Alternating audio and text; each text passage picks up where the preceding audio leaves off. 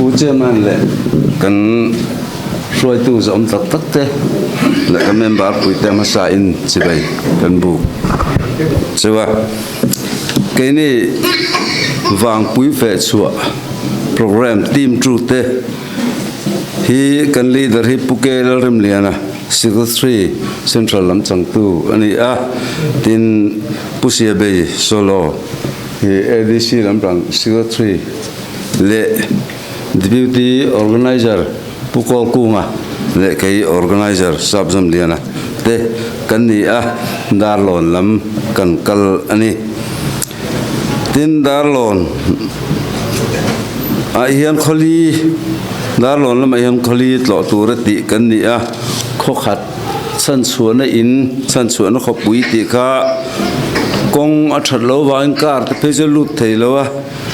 e kan lut ta lo ni e atlang pui de zor zor an report tha in karia kan kalna hianin darlon lam panga kan block thruai tu te le unit thruai tu te an combination an tho ho na tha em maya kan han kalna po hian ke ni kalna kha chuan ma son em lo ma se son ve tok tura po ngai ma ila an tho ho na khi atha a lom om hle a e kan lom hle ani te kan soi tel ngal duwa tin khomal te ang de na tlem boka kan soi lokanga da serzo la hian in za samli panga oma mihring zaruk somnga an oma voters omzat hi zali samruk pakwani a i in than masak sangni som parit khan vote som pani kan mu a tuna hi chuan vote somnga atanga vote za hi mu kan in be sei anti chu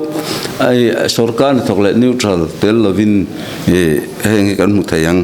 an inti ani tin sunluchi a hian inza an oma mihring zanga an oma voters si zathum somruk pariat an oma sanghi som paruk khan sanghi som pariat khan vote som paruk kan mu a tuna chuan vote za wel mu an in be sei ani chu po chu a sarkar thok om chun kha soitel lo alani zel ni tin darlon hi unit thum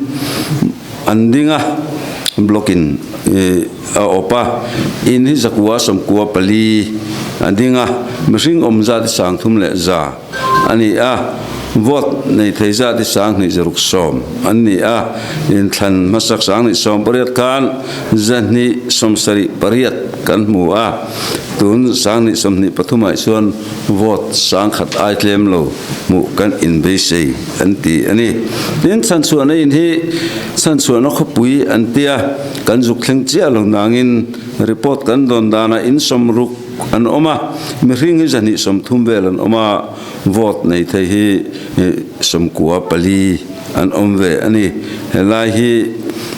thanem ngayana azukal thei dan tram po hi cha a kan soi tu ten man langa vote som ko pali po kha ui om le ni ti kha kan sei kai tel ani chu pol ni sela hela hian kan sei tel du chu i ami pui lam pang le pa ti dang ina kan lama anron pen har sat na de uju kan soi le soi nu SEDP le nu MNF kan ni lo chuan polna kan om chuan ti lo thonna khatiang kha thingtlang hian ala lian le ani ti kha kan sia theu angin kan soi thal le ani kha te ka report thei sun ni se kalome